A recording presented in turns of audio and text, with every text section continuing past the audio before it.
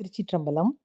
அருட்பெரும் ஜோதி அருட்பெரும் ஜோதி தனிப்பெருங்கருணை அருட்பெரும் ஜோதி எல்லா உயிர்களும் இன்புற்று வாழ்க.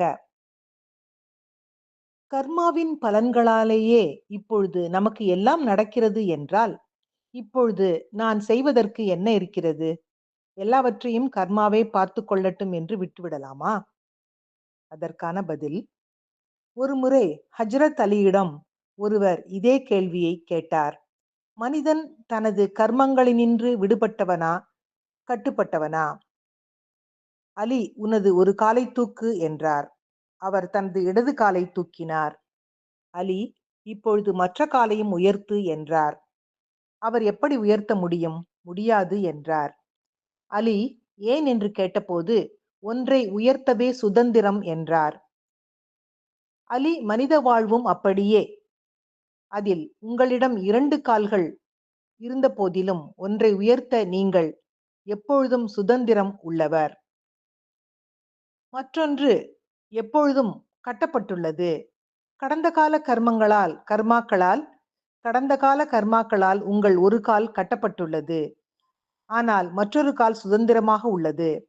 சுதந்திரமாக உள்ள அந்த கால்தான் இப்பொழுது நீங்கள் செய்யும் செயல்கள். சுதந்திரமாக உள்ள காலை வைத்து கட்டப்பட்டுள்ள காலை நீங்கள் விடுவிக்க முடியும். பல பிறவிகளாக கோபம் கொண்டு பழகிய ஒருவன் பழக்கத்தின் காரணமாக இன்று தன்னுடைய தொலைந்து போன ஒரு செருப்புக்காக கோபப்படலாம். உடனடியாக உங்களுக்கு கோபம் வருகிறது என்றால், கோபத்தால் நீங்கள் கட்டப்பட்டிருக்கிறீர்கள். அதுவே பந்தப்படுத்தப்பட்ட ஒரு கால். அதுவே கர்மா. ஆனால் இன்னொரு கால் சுதந்திரமாக உள்ளது. அதுதான் விழிப்புணர்வு. விழிப்புணர்வோடு நீங்கள் கோபத்தை கவனித்து அதை தவிர்த்து விடலாம். அப்படி தவிர்க்கும் பொழுது கட்டப்பட்டுள்ள அந்த காலும் சுதந்திரம் அடைகிறது. சுதந்திரமாக உள்ள காலை வைத்து கட்டப்பட்டுள்ள காலை விடுவிக்கிறீர்கள். இதுவே கர்மாவிலிருந்து விடுபடுவது. நீங்கள் எவைகளிலெல்லாம் கட்டப்பட்டிருக்கிறீர்கள் என்பதை விழிப்புணர்வோடு ஆராய்ந்து இப்பொழுதைய செயல்களின் மூலம் கர்மாவிலிருந்து விடுதலை அடைய முடியும். இது மேலான நிலை. அல்லது விழிப்புணர்வு இன்றி பந்தப்படுத்தப்பட்ட கர்மாவின் வாழ்வில் தொடரலாம். இது கீழான நிலை.